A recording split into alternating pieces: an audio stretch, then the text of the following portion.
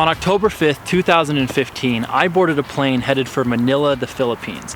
Now, I had no idea where I was gonna stay once I got off the plane. I had no idea what I was gonna eat for dinner that night, and I honestly had no idea what I was gonna do with my time once I got there. The only thing I really did know is that I was going there to do service for my church, the Church of Jesus Christ of Latter-day Saints. If you don't know what I'm talking about here, perhaps maybe you've heard of Mormons, or maybe you've seen churches that look like this, or maybe you've even seen a couple of dudes walking around in white shirts and ties in just most random neighborhoods. That's what I was doing. Now, this YouTube channel isn't by any means about religion, but I did end up living in the Philippines for 6 whole months, and I had some awesome experiences and learned a ton. So this is my story.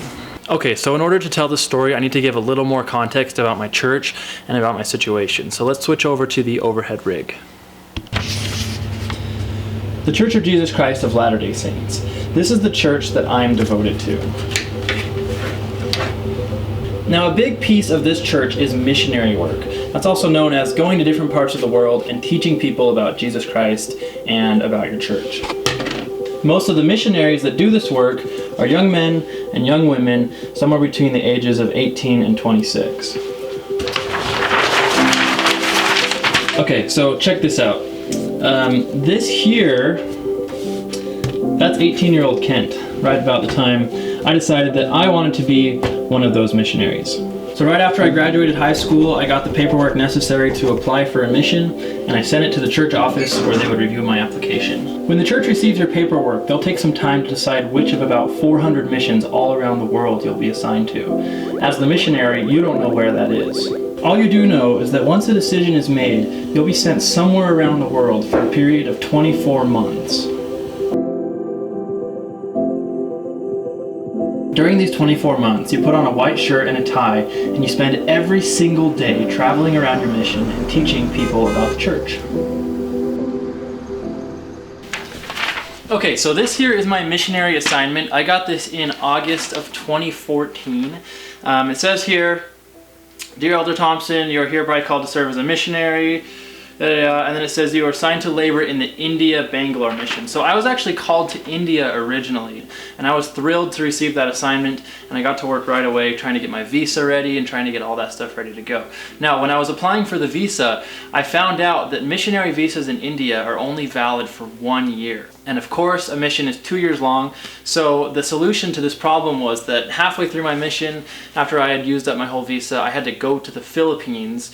And while I was in the Philippines, I applied for another missionary visa in India. And so I ended up spending 6 whole months in the Philippines. So here's a notebook that was given to me while I was working, doing missionary work in the Philippines. Check this out. So this here, this is the map of the mission that I was serving in. Basically, it was this tiny little piece right here, the city of Manila, and then this huge island right here, the island of Palawan. So I spent about 6 months between this, and this was more of like a city area, and this was more of a tropical area with like beaches and palm trees and stuff. So really cool, kind of diverse experience. I spent a lot of time just talking to people and meeting people, and it was really cool. Alright, so I think you get the idea of what I was doing in the Philippines and why I was there. So this video is about 5 things that I learned in the Philippines. Okay, so one of the first things you'll notice in the Philippines are a bunch of huge metal Jeeps crammed full of people. These are called Jeepneys and have evolved from retired American World War II Jeeps. Basically, the Americans brought them over during the war, and when the war ended, hundreds of these Jeeps were left in the Philippines. Innovative Filipinos modified these vehicles so they could be used for public transportation. It's not uncommon to see them crammed with dozens of people and hundreds of pounds of cargo. It's not just Jeepneys though. You'll see plenty of tricycles, which are homemade metal sidecars attached to motorcycles. You can buy a ride on one of these things to anywhere you like. Another noteworthy thing to look at are beggars. Not once did I ever see someone on a street corner with a cardboard sign asking people for money. If somebody needed money, they would creatively find a way to ask people for it. This old dude here came door to door singing Christmas carols for people.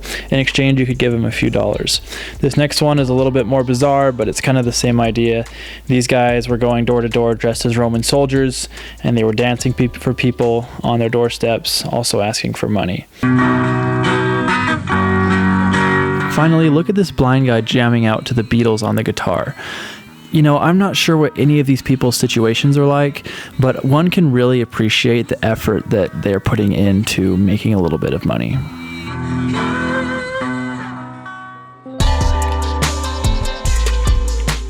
And the rockets red, the bombs bursting in air, gave through the night. As missionaries, we had quite a few church meetings. Usually at the beginning of the meeting, we would sing a hymn from the hymn book. I was surprised at how often one of my Filipino friends wanted to sing the Star-Spangled Banner, one of the songs that's in the hymn book but rarely gets sung. Aside from that, I would commonly find pictures hung around town with references to Uncle Sam or the National Basketball Association. Many of my Filipino friends knew more about NBA players and teams than I did. You have no idea how valuable water is until you don't have it. There were several summer days in the Philippines when our water got shut off due to a shortage. Seriously though, you use water for drinking, showering, brushing your teeth, cleaning your clothes, and so many other things. Fortunately, in some areas we had access to a well, but going to fetch water every time you need it is a major hassle. Furthermore, when we did have running water, you could forget about your shower being hot. Water heaters are a scarcity in the Philippines and something that I didn't realize is a total luxury of more developed countries. I can't stress enough how precious access to water is. It was impossible to capture the beauty of this incredible country on my small camera, but the Philippines is one of the most magnificent places I have ever visited. It's not at all hard to find beautiful forests, stunning beaches, and impressive cities. Because of this, the Philippines has become a major tourist destination. Just about every day, I met people from all around the world visiting this amazing country. Every one of my days in the Philippines was full of laughs, smiles, hospitality, and genuine love and acceptance. I was only there for a short time but made lifelong friends. No matter where I went, I was accepted with open arms and a smile. Let's just say it was incredibly difficult for me to get on a plane and leave all these wonderful people.